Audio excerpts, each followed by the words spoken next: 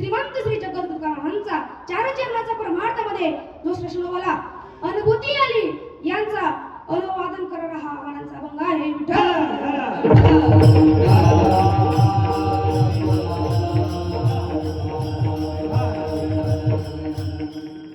अभंगावर बोलण्यापूर्वी अल्पसा परिहार देणे वक्त्याचे कर्तव्य याच न्यायाने भगवंताच्या कृपेने संत श्रेष्ठ मुक्ती महाराज, ज्ञानेश्वर महाराज, सोपान काका, आदिशक्ती मुक्ताबाई, प्रेममूर्ती नामदेव महाराज, शांतीराम एकनाथ महाराज, जगद्गुरु तुकाराम महाराज आदी करून साधू संतांच्या कृपा आशीर्वादाने व गावातील भजनी मंडळाच्या अनमोल सगळ्या निमित्ताने चालू असलेल्या खंडना सप्ताहातील आजची पहिल्या दिवसाची कीर्तन सेवा ही माझे वडिलांमध्ये ब्रह्मगे समजतो आणि ज्यांच्या वतीतून सर्व भक्तांचा प्रथमोद्र सोहळा त्याचे माझे बाबा श्री सीताराम त्र्यंबक पवार यांच्या वतीतून सर्व भक्तांचा प्रथमोद्र सोहळा माझी नाम गायनाचार्य हरिभक्त म्हणून आपले ज्ञानेश्वर महाराज असतील, आदिनाथ महाराज असतील, तुषार महाराज असतील, मृदुंगाचार्य मृदुंग सम्राट आपले भावाजी महाराज असतील, प्रशांत महाराज असतील, पेटीवर बसलेले सोपे महाराज असतील, ओंकार अप्पू असतील, व्यासपीठ चालक अप्पादेव महाराज असतील, गाथामूर्ती शशिकांतजी महाराज असतील. अहो मालेगाव तालुक्यात नाही त्यांचं महाराष्ट्राचं नाव आहे ते आमचे गुरुवर्य सचिनजी महाराज असतील. आमचे दोन्ही गुरुवर्य इथे उपस्थित आहेत. आता सगळ्यांचे नाव घेतो पण मला काही तुमचे नाव माहिती नाही. कोणी म्हणून बाबा याचंच गाव आहे पण याला माहिती असं नाही. हो मग कसं मी कीर्तन करताना आणि तुम्ही माझं कीर्तन श्रवण करताना हे माझं पहिलंच मोहीम पहिलंच कीर्तन. कसं नवीन लग्न झाल्यामुळे माहिती असं का सासू कशी आहे, सासरा कसा आहे, दीर कसा, नणंदचा स्वभाव कसा आहे पहिला माहिती असं का नाही ना. बोलत चला नाही ना. नाही मग कधी कळतं 2-4 दिवसानंतर कळतं. माझी का 2-4 कीर्तन झाली सगळ्यांची नागी शिरणार नाही. विठ्ठल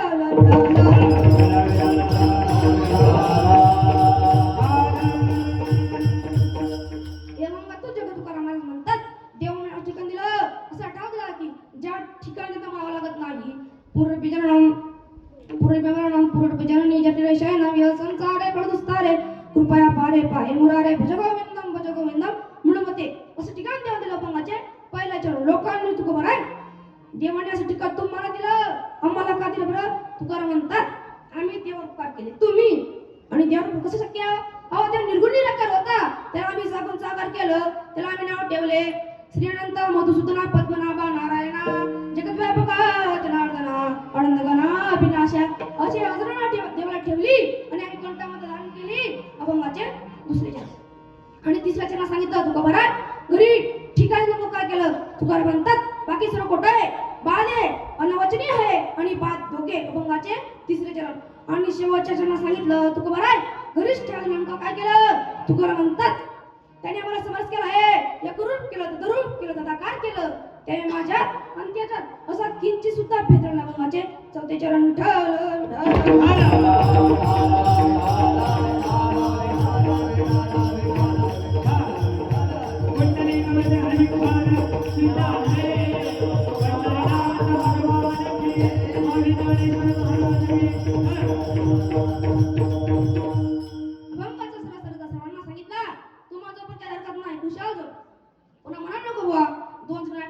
आणि पाठीमागच्या 2 जण डोळ्याला सगळे लोक तुम्ही साधी नाही माणसं बुवा. तुम्ही घरतून झोपाचे चालू कोणी असणार जमलं इथं झोप. उलट महाराज सांगत असतो ज्याला कुठं झोप येत ना त्यालाच कीर्तन गायचं. झोप आली ना मला विचारा. 2 मित्र होते महाराज एक माधव नावाचा आणि सज्जनाचा. माधव म्हणे आपण कीर्तन जायचं आणि दुसरा म्हणे अरे ते जाऊन काय करशील रे आपल्या झोप आवडतो ही. तोही म्हणाला अरे मला कुठं झोप आवडते म्हणे आपण कीर्तन जायचं. कीर्तन काय महाराज समोर जाऊन बसायचं. तुला झोप आली तर मी तुला उठवल आणि मला झोप आली तर तू मला उठव. असं लोकांचं पकडलं महाराज. दोघी कीर्तन काय महाराज जाऊन बसले तिथं रंगात आलं. तू माझ्या प्रदेशाला पाहता होता गेलं दोघंही झोपून. आता कोणी उठवायचं आणि कुणाला उठवायचं असा प्रश्न पडला ना बुवा. तुम्ही सगळे झोपले समजा आजूबाजू गावात झोपले समजा हाताने झोपलं हाताने झोपलं कुकराने झोपलं मालेगाव झोपले लेणानं झोपलं वादक झोपले गायक झोपले काय कधी झोपले तुम्ही तरी झोपले तर मी पठाण उठवला विठ्ठल विठ्ठल.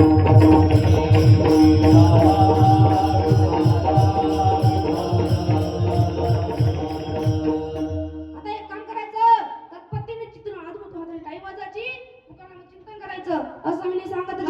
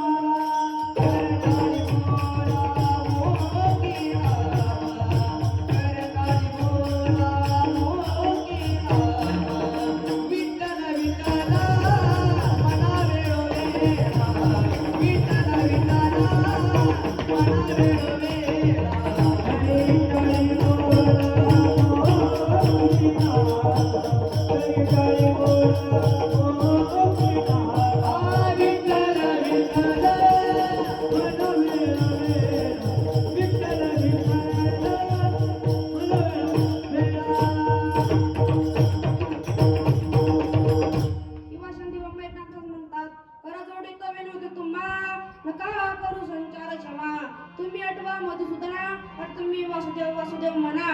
महाराज आधुमताला टाईवाजाची मुकाळामध्ये चिंतन करायचं. कोरोनाला असन चिकनगुन्हाला असन त्यात म्हणून जर असेल तरी वाढीला चुकतं तुमचं नाही समजला तर पुन्हा पुन्हा सांगायचं कामात पकडलो मग माझ्याकडे टवटवीत आहात प्रसन्न आहात प्रफुल्ल आहात. तुमचं वर्ण करायचं म्हणजे वर्ण ना वर्ण करायचं म्हणजे उमड्या कमळासारखा हात माझं कीर्तन होईपर्यंत असं करायचं. नाही तुम्ही मनात टाकल्या आणि तुमचं मध्ये सुरू झालं तर माझं गिरीबाचं कीर्तन होऊ शक्य नाही.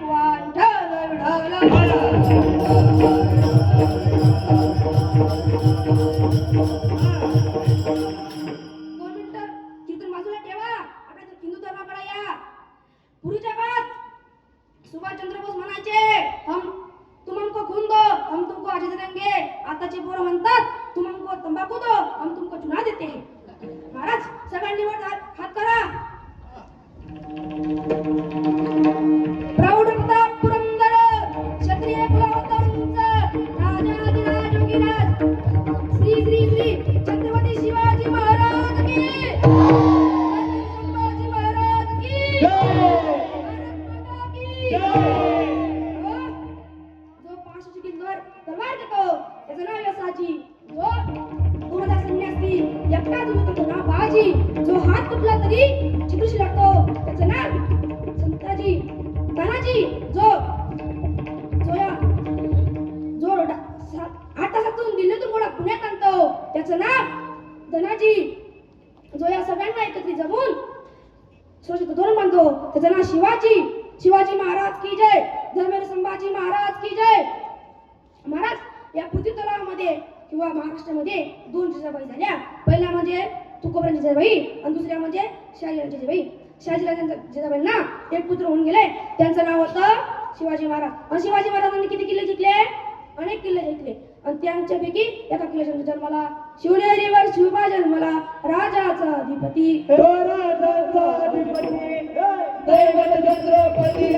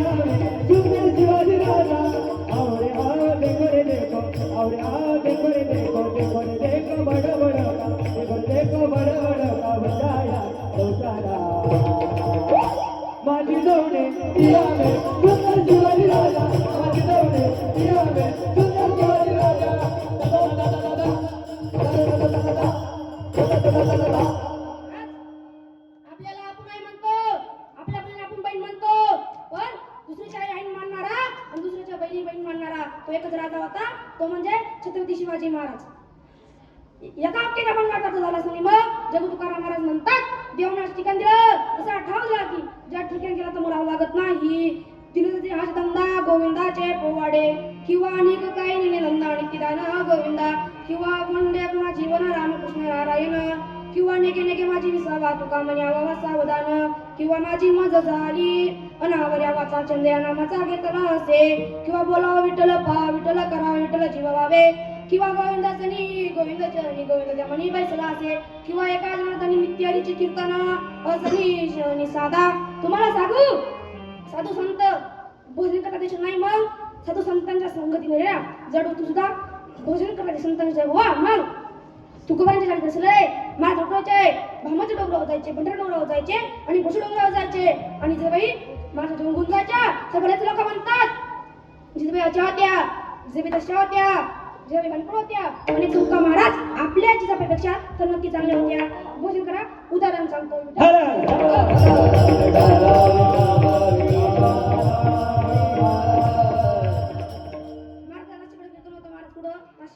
सात ते 9 कीर्तन होतं, टाइम चेंज होता. मी काका माझ्या नाशिकला काका होते, काकाला सांगितलं हो काका माझा कीर्तन ना. काका म्हणे जमणार नाही मला. म्हणलं का? म्हणे तुझी काका माझ्याशिवाय एक गाव खात नाही. काका सांगितलं काका हा तुमचा गैरसमज होतोय. काका म्हणे ऊस शकत नाही म्हणे माझी बायको अशी गाऊच शकत नाही. हा असं का म्हणलं? काका माझ्या तुमचा विश्वास नाही ना तर काकूची परीक्षा करून पहा. काका 2 दिवस झाले, काकाला मी वाटलं बाबा मी रोज सांगते एक घास खात नाही, एक घास खात. तिचं वजन कसं काय वाढतं? काका डाऊट आला.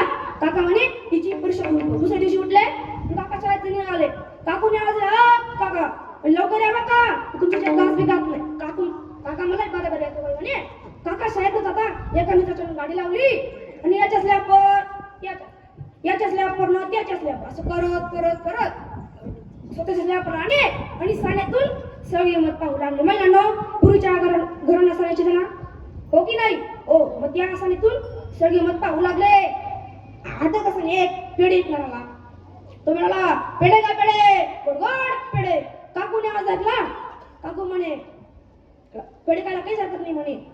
घरातून बाहेर आली आणि तुला किती देतात पेढे? तो म्हणाला 100 रुपये पावशेर. म्हणे ते 2 पावशेर. 2 पावशेर घेतले. मला देणार होती का तुम्हाला देणार होती? कोणा दिले नाही महाराज. अहो 30 खाऊन घेतले. आता तसं एक खांद्याची खारी रुपयाची लाडू विकणार आला. लाडू का लाडू, गोड लाडू, खारी रुपयाचे लाडू. काकूने आवाज ऐकला. लाडू काय हरकत नाही म्हणे. कशी दिले लाडू? तो मला 200 रुपये पावशेर. एवढे माझा का म्हणे? खारीचा भाव आला, खोबऱ्याचा भाव आला, तेलाचा भाव आला, तुपाचा भाव आला. तुला कशी देऊ म्हणे? बरे दे म्हणे. 2 पावशेर घेतले महाराज. जागेवर बसून दिले. अजून एक अर्धा तासाने चौकामध्ये ऊसाचा रस विकणार आला. काय? ऊसाचा रस विकणार आला. चौकामध्ये घरापासून दूर होता. काकूने आवाज ऐकला रस घ्या रस, ऊसाचा रस, थंडगार रस. काकूना आवाज ऐकला. काकूरातून बाहेर आली आणि मी विचार करू लागली मी चौकात जाईन म्हणे मला कोणी पाहून गेलं. चौका महिला मंडळ हुशार असतं का? चौकामध्ये माणसं बसलेली असतात ना. हो. मग महिला काकूला वाटलं मी चौकामध्ये जाईन मला कोणी पाहून घेईल, त्यामुळं मी ऊसाचा रस नाही पीत, 200 टिपरे घेते. काकू गेली 200 टिपरे घेतले आणि पटकन आली. एका कोपऱ्याला जाऊ दिवस 200 टिपरे सोडत बसली. 5 वाजले महाराज. 5 वाजले. काका खाली उतरले. काकाने बेल वाजवली. काकूने दारू गळले. काका घुसघुस करत होते. काकू मला काय घुसघुस करता गडे? काका मला खाते का 2 पावशेर पेढे? काकू म्हणे असं नका करू ना गडे. काका मला खाते का 2 पावशेर लाडू? काकू म्हणे असं नका, असं काय करता गडे? काका मला खाते का 2 पावशेर, खाते का 200 टिपरे? अशी आपली जिजाबाई. जगदुरु तुका म्हणजे कशा होत्या तर महाराज कशा जेवत नव्हत्या. एके दिवशी महाराज भंडारनगरला गेले तर जे घोषणावर गेल्या. बागांना शुक्का बुजवला होता. खोल्या पाहिले, गुफा पाहिले, पडारे पाहिले, सगळं पाहिलं पण महाराज दिसत नव्हते. जिजाबाईने विचार केला की महाराज पंढरपूरच्या दिशेने निघाले असतील. जिजाबाई म्हणे चला आपण बी जाऊ पाहू. निघाल्या. महाराज पंढरनगराचा आणि घोषणाचा 5 मिनिट अंतर होता. म्हणे हरकत नाही म्हणे चला आपण जाऊ म्हणे. निघाल्या महाराज. पोचल्या, डोंगराकडे पोचल्या आणि पडाळ चढू लागल्या. पण चढता चढता जीवाना काटा मला. जिजाबाईचा जीव दमळला. जिजाबाईचा तो पांढरा काशी होता. तुम्हाला सांगू तुला काय बेतं ते जिजाबाई देवाच्या पाशी दिल्या. अरे काळाने माझ्या समजूती वेळेला वाट लावली, वाटोळं केलंय. देवाला जिजाबाई शेती लावतात पण आपलं काय आवडत नाही. आपोआप करत जातो. केवढा काय, रूपक काय, शिवंजनी काय, दातारा काय, आपलं गंज आवडत नाही आणि जिजाबाईंच्या शिवाय आवडीची आहे. वा मग भगवंत पडत म्हणे काय करावं. 2-3 गाडी घेतल्या आणि डोंगरावर गेले. गुराख्याचे विनर प्रकट झाले. आई साहेब म्हणून आई साहेब काटा मोडला वाटलं. आई साहेब म्हणे ना सोना बाबा काय करतोस? मग भगवंत पाडत म्हणतात अगं आई मी काढू तुमचा पायाचा काटा का? मी काढू का? मग जिजाबाई म्हणतात तुला काढतो तो काटा? भगवंत पाडत म्हणाले मी कोणामध्ये चांगल्यांचे काटे काढले. बरोबर आहे की नाही? कोणामध्ये किती गेले किती राहिले अंदाज आहे का? नाही. मग म्हणे तुमचा तर पायाचा काटा काढायचा आहे म्हणे. मी माणसाचे काटे काढले म्हणे. मग तुकोबरांनी भगवंत पाडत असा होता की जिजाबाईंची गाव आपल्या मुखात जाईल म्हणून केलं विठ्ठल विठ्ठल.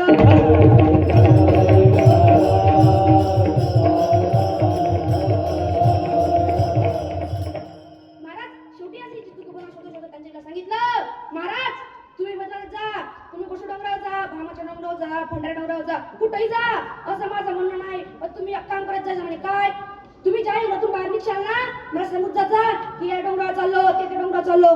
त्यावेळी तुकाराम महाराज म्हणतात माझी या देहाची माझी या देहाची मज नाही जाड माझी या देहाची मज नाही जाड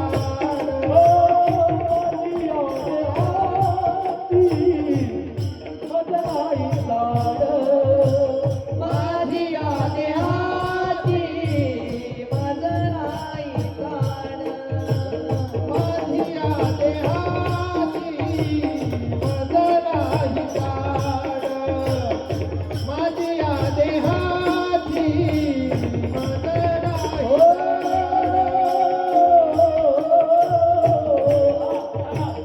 माझी या देहाची मज नाही जाड माझी या देहाची मज नाही जाड मोठे करू गोड आणि काचे मोठे करू गोड आणि काचे माझी या देहाची मज नाही जाड माझी या देहाची मज नाही जाड मोठे करू गोड आणि काचे मोठे करू गोड आणि काचे माझी या देहाची मज नाही जाड माझी या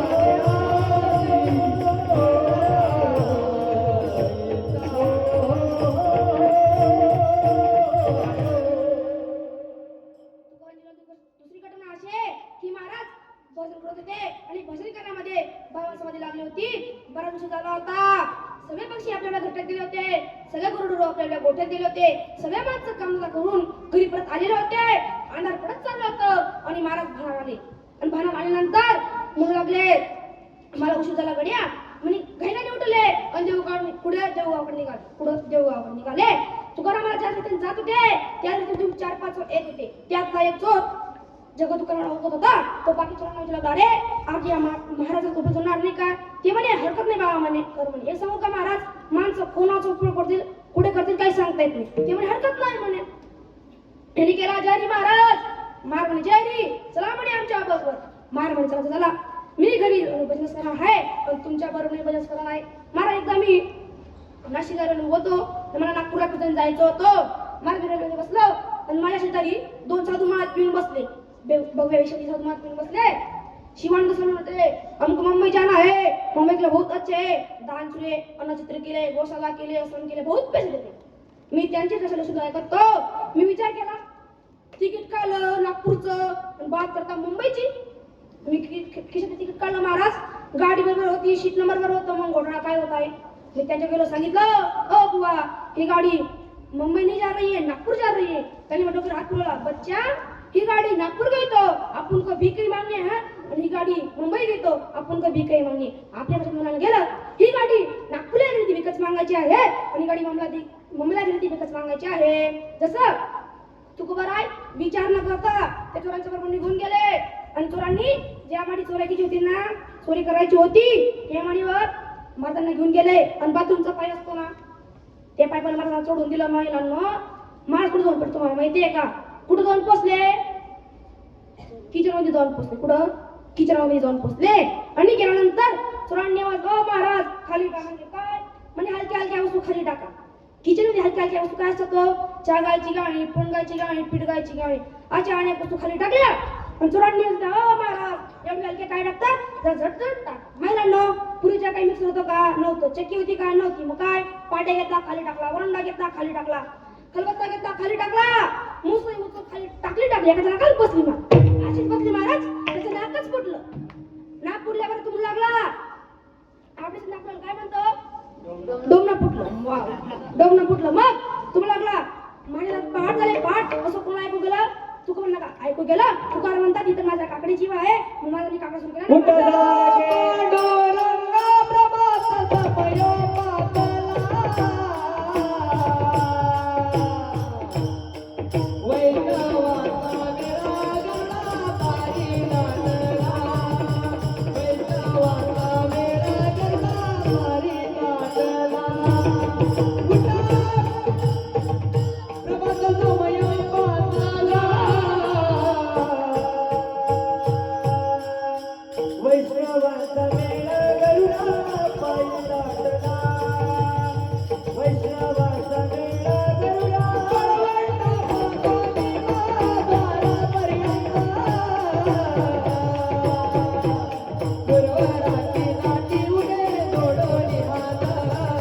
गुरुवाराची दाटी जोडी जोडोनी हाता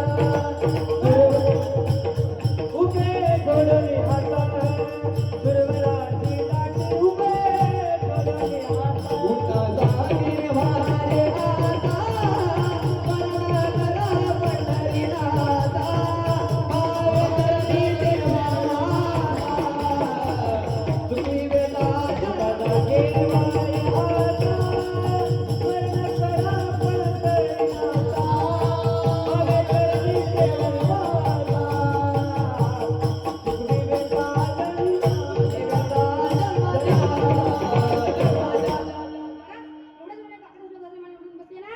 घरातली मंडळी येऊन बसली.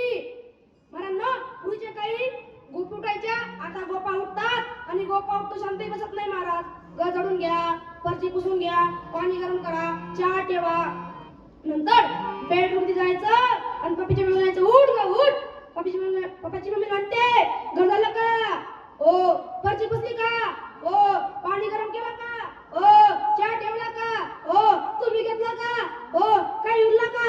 ओ बाई ओ अनाथ कशाची वाट पाहत आहे? पूर्वीच्या काय उठायच्या, आता गोपा उठतात महाराज. मग एवढं झाले कापड सूट घरातली मंडळी बसते ना महाराज. घरातली मंडळी बसली आणि घर मालकांची लागली. ओ आपल्या घरात सप्ताह तर नाही बसला ना. तो म्हणतो आपल्या घरात सप्ताह तर दिवाळीला बसतो, इतर राखाची आहे. मग काकडा कोण आहे? सगळी मंडळी जागी झाली. घर मालक म्हणे वरती जाऊन पाहिले, चला वरती जाऊन पाहू म्हणे. वरती गेले आणि पाहू लागले. तो घर मध्ये काकडा म्हणते आणि घर मालकांनी विचारलं, महाराज इकडून कुठं? महाराज म्हणे रात्री काही कमी कुठाने झाली का? म्हणे सुरांनी कुठं आणून पाठवलं मला. म्हणे तुला कसं सांगू बाबा? म्हणे महाराज तुकाराम महाराज जमीन सांगतात, गवले तुला माहिती नाही कुठं झालं असं? नाही मग तू एक काम करायला जायचं, तुझ्या रात्री घेऊन येशील पंढर डोंगरावर, भामाच्या डोंगरावर, घोष डोंगरावर. तिथे 3 रस्ते फुटतात, तिथे थांबायचं, त्यातली माती घ्यायची आणि आपल्या कानाला लावायची आणि दिवसातून ऐकू आलं विठ्ठल विठ्ठल विठ्ठल समजून घ्यायचं तुम्ही त्या रस्त्याने गेलो आहे. तुकाराम महाराज भजन करते त्यांना वाली. मग तुकारामाच्या संगीत नाही ना ज्यावेळेस तू सुद्धा भजन करतात संतांचे साहेब हो. मग तुम्हाला संत रामाचं चारित्र्य माहिती का हो? संत रामांचं चारित्र्य माहिती तुम्हाला नाही ना? संत रामाई महिला पंढरपुरातून गेला, नामदेव महाराजांसाठी ठरवून गेला. नामदेव महाराजांचं 14 माणसाचं कुटुंब सांभाळायच्या. नामदेव महाराज नामांचं वर्णन करतात, गोनाई राजाई दोघी सासुना, दामा नामा नामा बाप लेक, नारा विटा गोदा मादा, चौघे पुत्रा जन्मली त्यांचे वंशी, लढाई गोडाई असाई सार घाई, नामयाच्या जनिनी बाई त्या उभाई. हे राजाई गोनाई दोघी सासुना, राजाई गोनाई दोघी सासुना, दामा नामा दामा रे रे, दामा नामा दामा रे रे.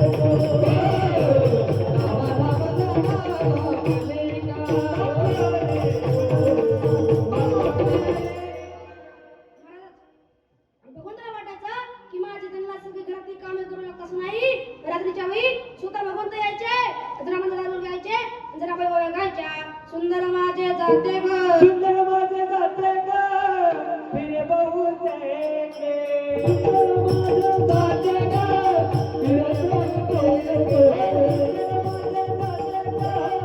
फिरे बहुतेक, सुंदर माझे जाते ग, फिरे बहुतेक, रागाऊ बसुके तुझे वाट,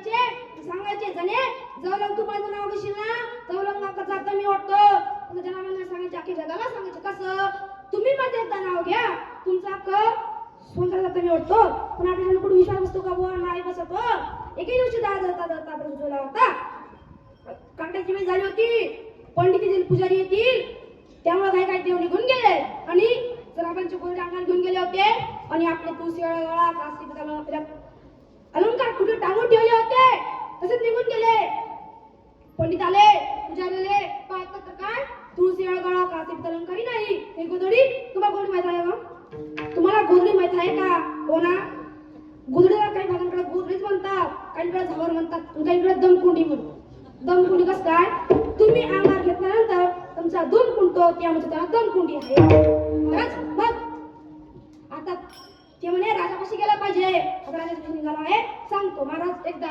अमेरिकेचा रशियाचा आणि भारताचा पोलीस प्रमुख एकत्र जमले होते आणि अमेरिकेचा पोलीस प्रमुख मला म्हणजे आमच्या टक्काच्या इथे चोरी उद्या म्हणे त्या चोराला आम्ही एका दिवसात पकडतो म्हणे रशियाचा आणि भारताचा म्हणे वा वा वा तुमच्याकडे एक नंबर आहे लगेच अमेरिकेचा म्हणाला म्हणे रशियाचा म्हणाला म्हणे आमच्याकडे कशाची चोरी उद्या म्हणे त्या चोराला आम्ही एका तासात पकडतो म्हणे भारताचा आणि अमेरिकेचा म्हणाला वा वा वा तुमच्याकडे एक नंबर आहे म्हणे भारताचा म्हणे तुमचं बी जाऊ द्या आणि आमचं बी जाऊ द्या म्हणे आमचं का म्हणे आमच्याकडं चोरी होण्याच्या अगोदरच आम्हाला माहिती असतं म्हणे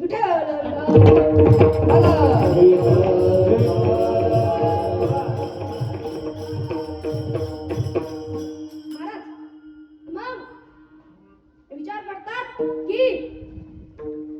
करतात एकदा महाराज नाशिकच्या रेल्वे होतो आणि महाराज एक तंबाची दिंडी निघाली आणि तंबाची दिंडी निघाल्याबरोबर आणि त्या माणसांना एका श्रीमंताच्या घरी जेवण होतं कुठं श्रीमंताच्या घरी जेवण होतं आणि त्यांना जेवायला काय काय होतं पुरणपोळी खीर पुरी असं लय प्रकारचं जेवण होतं मी विचार केला आणि तिथे किती सालर होते 8 होते किती 8 त्या सरदारने विचार केला का बरं यांना एवढे चालून आले आणि पुरी खीर कशावर पण आणतात म्हणे आपण मी पुलावशी असणार जाऊ म्हणे काय म्हणे चालेल म्हणे ते म्हणे अरे पुढच्या वर्षी उद्या म्हणे पुढच्या वर्षी दिंडी आली महाराज आणि दिंडी आली आणि आल्याबरोबर ते म्हणे चला म्हणे आपण बी जाऊ म्हणे महाराज निघाले त्यांना काय माहिती बरं हे काय असतं दिंडीमध्ये काय असतं त्यांना काही माहित नाही ते सरदार होते ते म्हणे चला जाऊ दे ते होऊन देते पाहून जाईल म्हणे चला म्हणे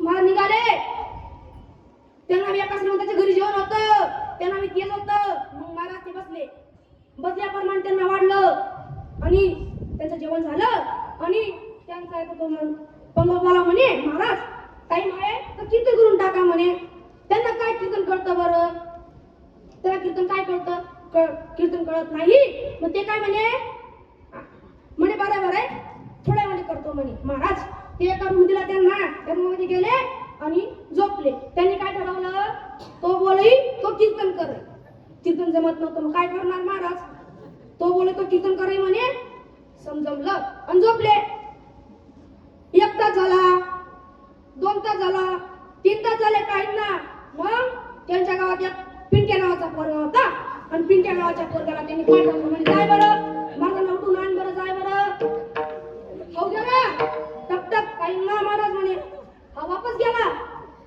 1दा बी नाही 2दा बी नाही 3दा बी नाही म्हणे वापस करून आला म्हणे तो पिंट्या वापस गेला आणि पंगपाला घेऊन आला तुम्ही झुटा म्हणे त्यांना म्हणे महाराज तो घेऊन गेला तुम्हाला आता बोलणं मग अशी पुरीच्या घरात सांगायची ना हो मग त्या सगळ्यातून त्या पिंट्याला पाठवलं टाकलं तो एक जरा असाच पडला महाराज तो उठून बसला मला बाप आणि तू बोलला ना म्हणे तूच कीर्तन करशील महाराज तो त्याच्यावरती गेला त्याने विनाला की मेरा अभंग घेतला होता आणि पंचमती झाली अभंग झाला आणि तुम्हाला आते कसे कीर्तन करू या मला काय गच्ची प्रार्थना का त्या म्हणे तेव्हा कशा बजे धाबे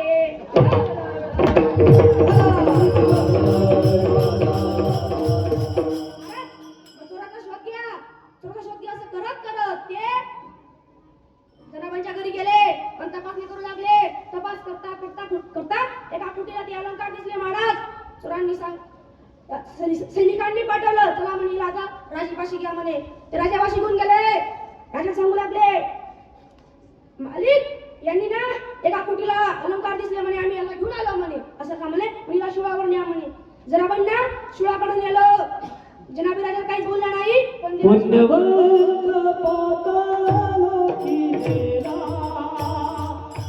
पुण्यवंत पातालोकी गेला पुण्यवंत पातालोकी गेला पुण्यवंत पातालोकी गेला तरी भेट भाग्यवंत केला तरी भेट भाग्यवंत केला तरी भेट भाग्यवंत केला तरी भेट भाग्यवंत केला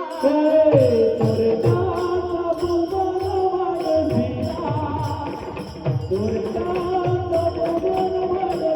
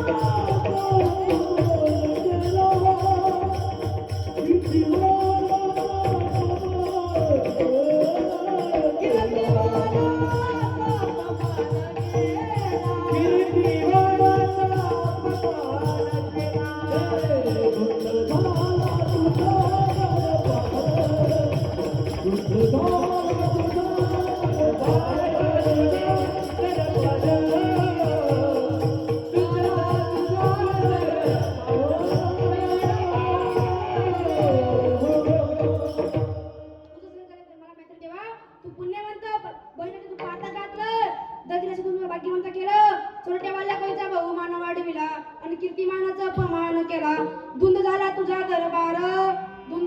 दरबार असं करत करत संतनावांना शिवाकडे नेलं आणि संत शिवाकडे पावं आणि शिवांचं पाणी झालं उभ्या गाऊन सुरात दासी जनीच्या घरात उभ्या गाऊन सुरात दासी जनीच्या घरात धडधडे सकाळी हरे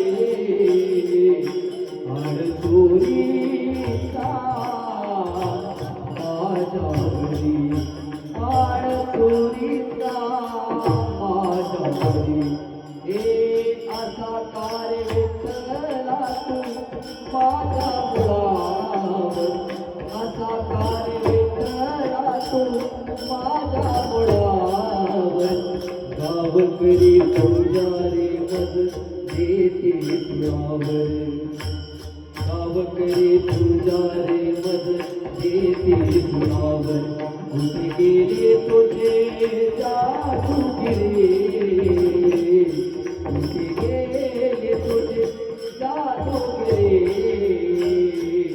आड चोरीचा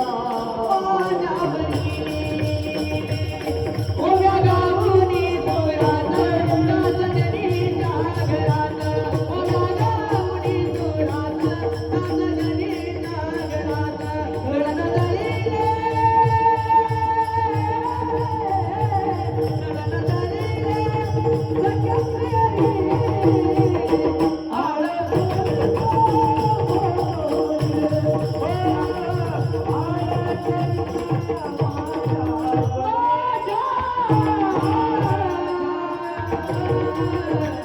संतनाबाईंची कीर्ती चौकडं पसरली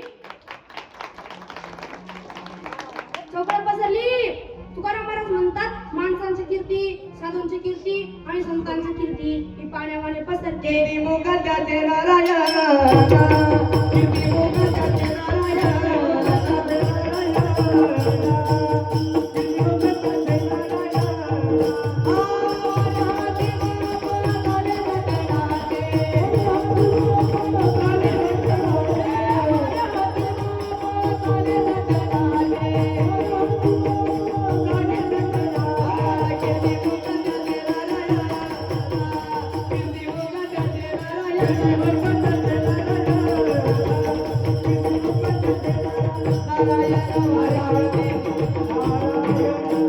सुंदराबाईची जवळ पसरली पंढरपूर ते काशीपर्यंत पोहोचली.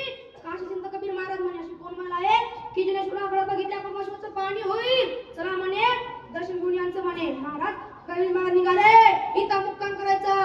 दुसऱ्या गावात मुक्काम करायचं असं करत मुक्काम करत करत ते पंढरपुरात आले आणि पंढरपुरात 2-3 वारकरी अशी चौकामध्ये बसलेले होते आणि त्यांना विचारलं इथं संतराम राहतात का म्हणे. ते मला संतराम माहित नाही म्हणजे जणे माहिती. कोण जणे माहितीये बघा बघा त्या काळात एवढा जणांचा तिरस्कार करायचे लोक. ते म्हणे आम्हाला संतराम माहिती जणे माहित आहे म्हणे. कबीर महाराज म्हणले जणे का म्हणा सांगा महाराज. म्हणजे इथून जा म्हणे ते नामदेवाचं घर आहे ना तिथे चौकशी करा म्हणे. मग तिथे गेले आणि चौकशी केली. त्या टायमाला नामदेव मला सांगतात म्हणे गोपापुरात आहे म्हणे. गौऱ्याच्या गेले आहेत म्हणे तिथे जाऊन भेटा म्हणे. गोपापुरात आहेत का म्हणे. कबीर महाराज निघाले गोपापुरात गेले आणि गोपापुरात जनाबाईंचं एका महिलाचं भांडण चालू होतं. भांडण मोसमोर आलं होतं महाराज. बैलांचं भांडण लय आवड असतं. मग कबीर महाराज जाऊन पोहोचले आणि इंद्रायणीमध्ये 2 माणसं स्नान करत होते. की 2 माणसं स्नान करत होते. त्यांना विचारले आपल्या जवळ कुठं होतं म्हणे. कोण आहे म्हणे. म्हणे ते इकडची जण इकडची पंचपेठासवाली पाहिजे म्हणे. पंचपेठासवाली एकदा कबीर महाराज म्हणतात पंचपेठासवाली. एकदा नामदेव महाराज पंचमीमध्ये गेले. कुठं पंचमीमध्ये गेले होते आणि जाण्यासाठी जो संतो पंचपेठास घेऊन आले होते महाराज. मग कबीर महाराज डोक्याला हात लावतात म्हणतात कुठं काशी कुठं पंढरपूर. कुठं काशी कुठं पंढरपूर. एवढ्या दूर आलो यांच्या भेटीसाठी. यांचा दुसरा चालू आहे म्हणे. चला आपल्या गावात जावं लागलं म्हणे. महाराज मग काशी फिरले आणि तेवढ्या जनाबाईंचं लक्ष गेलं. कबीर महाराज तिकडून कुठं महाराज म्हणे आलो तुमच्या दर्शनासाठी होतो म्हणे पण तुमचा दुसराच प्रकार चाललो म्हणे. चला आमच्या गावाला म्हणे. तुम्ही जा म्हणे पण एवढं आमचं भांडण मिटून जा म्हणे. तुमचं भांडण कशाचं आहे मला कसं मिटवता येईल म्हणे. ते म्हणे भांडण सोपं आहे म्हणे. भांडण गौरींचं आहे म्हणे. गौरींचं भांडण आहे म्हणे सोपं आहे म्हणे. मग म्हणे आवाजी गौर आहे विठ्ठल विठ्ठल भजन करून ती जणीची आणि ती तुमच्याकडे मुक्ती असेल ना ती तिची. मग परत चालू केला. कानाला लावायची विठ्ठल विठ्ठल भजन करा जनाबाईंना द्यायची. मुक्ती राहिली तिला द्यायची. मग कबीर महाराज म्हणतात मला एक तुम्हाला विचारायचंय म्हणे. अहो तुमचा एवढा आत्मविश्वास कसं काय हो. जी गौरी तुमचा हात लावला असं ती तुमची विश्वास कसं काय करते. तुम्हाला आता मागाशी बोललो साधू संत भजन करतात विषय नाही पण साधू संतांच्या संगतीने रे जेवढं सुद्धा भजन करतात हे संतांचे विठ्ठल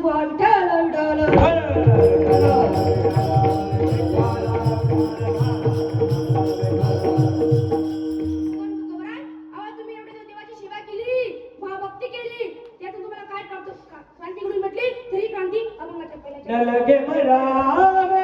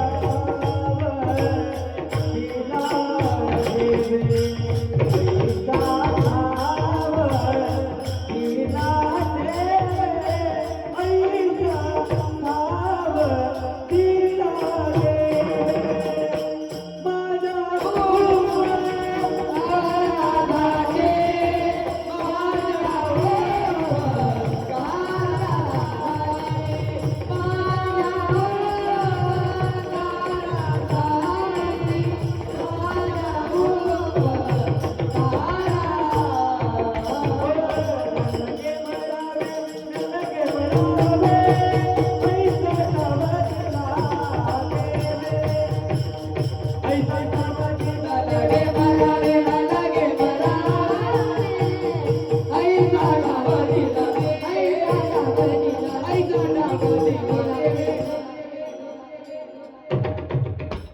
झालं आणि त्याचं मगाशी तरी ना न लगे मरावे न मरणाला ठिकाण दिलं. महाराज मग सगळ्यांचं आपलं ठिकाण हे जाय ना हो, बोलत चला हे जाय ना. कोणाला मला वाटतं का हातवरती करा बरं. चला मी एका मिनिटात मारतो. मी एकटा नाही आपण सगळे मिळून मारू.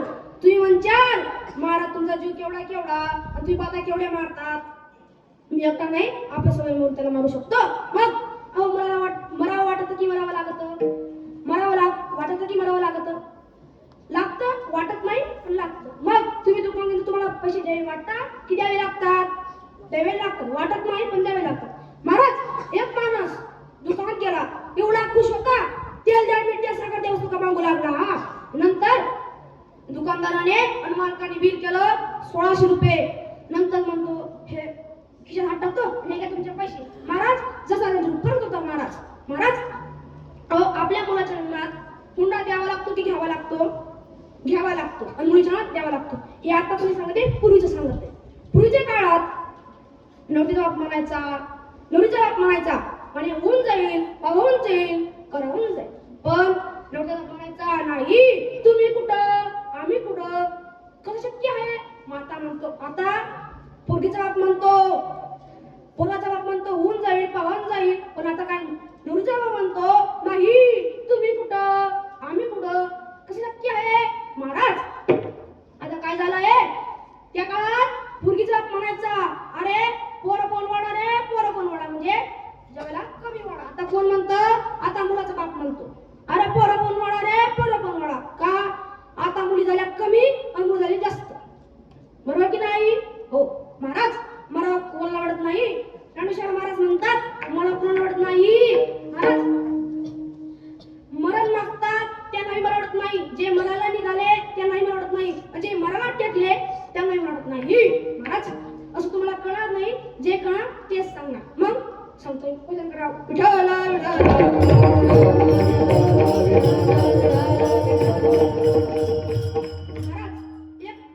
एक माणूस होता त्याचं काय काम होतं मूळ विकायचं आणि बाजारात विकायची. ते पैसे आले ते आपल्या पोटासाठी. मग एके दिवशी तो मुळी घेऊन आला आणि एका झाडाखाली टाकली आणि बसला आणि संताप आला होता त्याला. आणि तो काही म्हणू लागला अरे मावा रे येता घेऊन जा बरं होऊन जाईल. काही बोलू लागला यम कोणाची वाट पाहत नाही. यम प्रगट झाला आणि या प्रगट झाल्यानंतर म्हणलं चला आता माझ्यावर तू आता मला बोलवलंय खाली म्हणजे चला आता. तो म्हणाला तुमच्या बरोबर यायसाठी नाही बोलवलं तुम्हाला. मला इथं मुलीच कोणी नव्हतं त्यामुळे तुम्हाला बोलवलं म्हणे. अहो मरण मागतो आणि मरण आलं जवळ तो म्हणतो मला मरायचं नाही. मग महाराज मरण मागतात त्या नाही म्हणत नाही. जे मरायला निघाले त्या नाही म्हणत. कसं महाराज एक माणूस होता तर 2-3 मुली होत्या आणि 2-3 मुली होत्या तो एकटा होता. महाराज त्याचं काय काम होतं मजुरी मिळवली आपल्या मुलींची त्याची उपयोगिता भागवायची. एके दिवशी त्याला मजुरी भेटली नाही.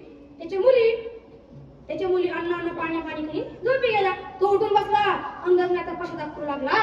अरे माझ्या मुलीला काय अर्थ म्हणे माझ्या मुलीला सोपं अन्न पाणी भेटत नाही म्हणे. मी उद्या मरतो गाड्या म्हणे. काय म्हणाला उद्या मरतो. महाराज उद्याची तयारी झाली. उद्या उठला. उद्या कशी तरी मजुरी मिळवली आणि मजुरी मिळाल्यानंतर मुलींचं आणि त्याचं पोट भरवलं आणि पोट भरल्यानंतर 2-3 डबा घेतला आणि पुढं मरण निघाला. पुढं मराला कुठं नागपूर सारख्या शहरामध्ये मोठं शहर आहे आणि नागपूर त्याचा लहान मित्र राहत होता. लहानपणीचा मित्र तो बी मोठा ना बी मोठा. मग त्याची भेट झाली आणि तो म्हणतो तू कुठं चालला म्हणे मरायला चाललो म्हणे. तू मरायला चालला म्हणे. तू मरायला चालला ठीक आहे पण तुझ्या हातात डबा कशाला म्हणे. भाऊ म्हणे तुमच्या गावात रेल्वे टायमाला येत नाही भाऊ म्हणे. मी रेल्वे खाली जुदायला चाललो रेल्वे टायमाला आली नाही मी काय भुके मुरका म्हणे. महाराज मरायला चालला आणि ती जेवायची वाट पाहत होती. विषय आहे मरायचं लक्षात आहे का नाही. जे मरायला निघाले त्यांना मरत नाही पण जे मरायला टेकले त्यांना नाही. महाराज एका म्हातारीचं ते लग्न निघालं. तिच्या नातूचं लग्न निघालं आणि म्हातारीला कडक स्वभावाची होती. तिच्या मुलाला वाटलं की कोणाला काही बोलन काही म्हणन त्यामुळं तिचा मुलगा घाबरत होता. म्हणतो जाऊ दे मला आता होऊन ते पाहून जाईल म्हणे. मग अशा मंडप छान मंडप होता आणि मंडपामध्ये दोन दोन तीन नवरदेवाचे मित्र आणि नवरदेव उभा होता सगळे होते. मग तिकडून आली आणि प्रश्न करू लागली, तुम्ही कोण, तुम्ही कोणाचे कोण, कशाला आले, काय काम तुमचं. त्याचा जरा एक आगाव होता. तो म्हणे मग तुला गचकली कशी नाही म्हणे, ती मग तुला ऐकू जास्त येत होतं. तिने ऐकलं. ऐकल्यानंतर तिकडून धावत धावत आली. त्याला वाटले माझ्या 2-3 कलाकार ठेवून बाबा म्हणे. ती तो म्हणा, आजी अजून जेवल्या कशा नाही तुम्ही. आजी म्हणते आज कशी गचकन बाबा म्हणे, अख्खा वराड गचकीन, नवरीचा बाप गचकीन, नवरी गचकीन, नवरदेव गचकीन. माझं काय म्हणे, गचकली नाही तर नाही. म्हातारी झाली, मला टेकली तरी मला वाटत नाही गेला. ज्ञानेश्वर महाराज म्हणतात मला कोणाला वाटत नाही. मग ज्ञानेश्वर महाराज सांगतात मला कोणाला वाटत नाही, जे मरायला निघाले त्यांना बी नाही, जे मरायला टेकले त्यांना बी नाही, आणि जे मरण मागतात त्यांना बी नाही. मग ही गोष्ट आपण माझ्या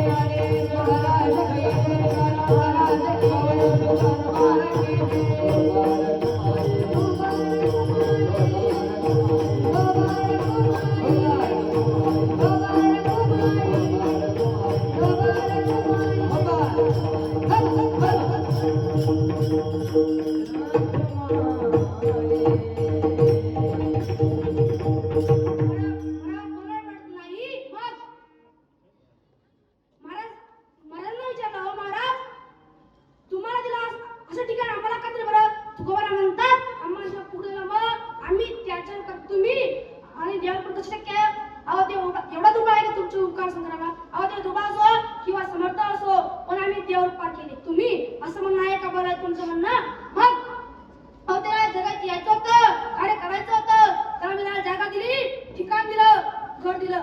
समजा महाराज कोणताही मोठा व्यक्ती राहू द्या, राष्ट्रपती राहू द्या, महाराष्ट्रपती राहू द्या, प्रधानमंत्री राहू द्या, कोणी राहू द्या, त्याला राहायला घर नाही, तो काय करू शकतो? काहीच कार्य करू शकत नाही, काहीच काम करू शकत नाही. समजा तुम्ही एखाद्या क्लासवर गेले किंवा रूम बाहेर गेले, रूम पाहतात तुम्ही, त्या रूम मध्ये तुम्हाला एक जरी वस्तू कमी दिसली, समजा लाईट नाही राहिलं, तुम्ही म्हणता ते तर मला आवडत नाही, गाडी जाऊ दे, दुसरं पाहतो. आणि समजा त्यात फॅन नाही राहिला, तुम्ही म्हणता ते जर आवडत नाही, दुसरं पाहतो. तुकाराम महाराज म्हणतात, तुका म्हणे चित्त करावे निर्मळ, एवढी गोपाळ राय देते. अहो ज्याचं अंतर्गत शुद्ध आहे, त्याचं हृदय शुद्ध आहे, तिथून देव राहतो, राहणारच. आत्ताच बोलू ना, तुका म्हणे चित्त करावं निर्मळ, एवढी गोपाळ राय देते. किंवा तुका म्हणे देह भरिला विठ्ठल, काम क्रोध घर केले ते खाली देते. अहो आम्ही त्याच्यावर उपकार केले, तुम्ही त्याच्यावर उपकार केला असं म्हणणं आहे तुमचं, ते मान्य केलं आणि त्याला आम्ही आमच्या घरात घरीच ठाव दिला, ते आम्ही त्याला आमच्या हृदयात ठिकाण दिलं. ही गोष्ट अभंगाच्या 30 घरी दिला टावा, घरी दिला टावा, हो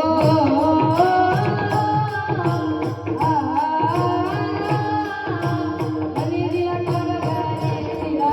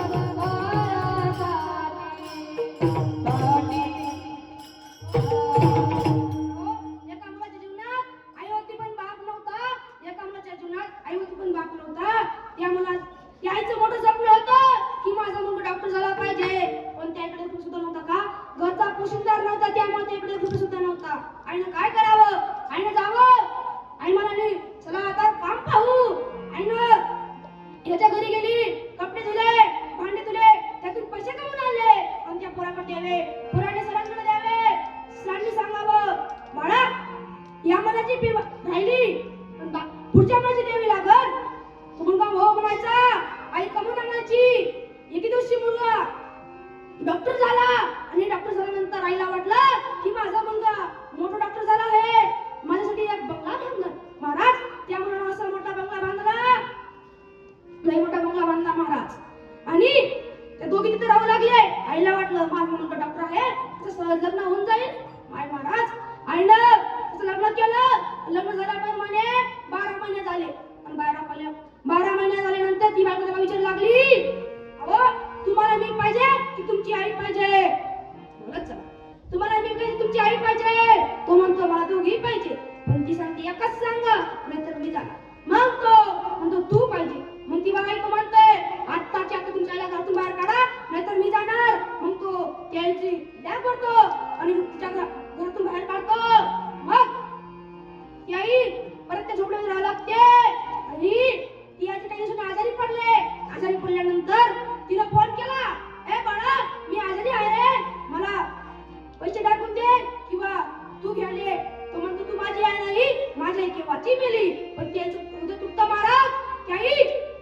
म्हणते मी कसा पुत्र जन्माला दिला गड्या. मग काही दिवसांनी ती आई मेली. मेल्याप्रमाणे त्याच्या बहिणीनं फोन केला, ए भावा आई मेली नाही, तिला आमचा डाक लावा तरी. तो म्हणतो ही माझी आई नाही, माझी केव्हाची मेली. ती पंचमी हृदय तुटतं, प्रेम तुटतं. मग ती म्हणते मला कसं दिला भाऊ म्हणे. मग महाराज त्या गावकऱ्यांनी नातेवाईकांनी त्या आईला आमचा डाक लावला. त्या आईचं समज झालं. ती मग तिथं रडत बसली. काही दिवसानं निघून गेली. काही दिवसानं त्यांचा परिवार चांगला चालू होत होता. आणि एक दिवशी काय झालं की त्यात वादावाद सुरू झाले महाराज. आणि वादावाद सुरू झाल्यानंतर ती बाई तुला सोडून गेली. तो म्हणतो कशाला गेली आई तू स्वर्गाला, कशाला गेली आई स्वर्गाला, कोण वागवेल तुझ्या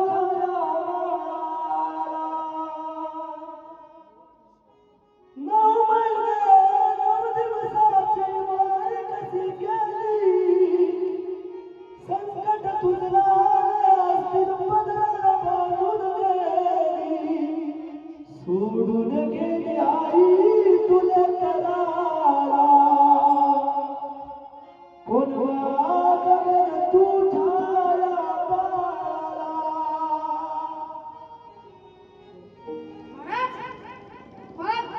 तो म्हणतो एक सांगू का, आपल्या जीवनामध्ये आपल्या कोणीच नाही हो.